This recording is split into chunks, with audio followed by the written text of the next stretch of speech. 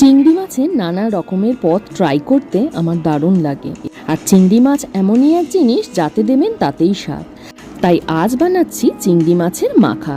চিংড়ি মাছ কয়েকটা নুন হলুদ মাখিয়ে ভেজে নিয়েছি, সঙ্গে নিয়েছি কিছুটা পেঁয়াজের বেরেস্তা, সঙ্গে মিহি করে কাটা পেঁয়াজ কুচি, একটা শুকনো লঙ্কা ভাজা, বেশ 6-7 কোয়া রসুন ভাজা, তার সঙ্গে কাঁচা লঙ্কা কুচি।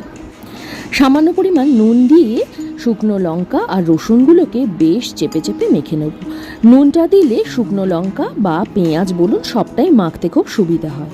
এবার তার সঙ্গেও চিংড়ি মাছটাকে খুব মিহি করে মাখার দরকার নেই, মোটামুটিভাবে একটা রাফলি মেখে নিলেই হবে।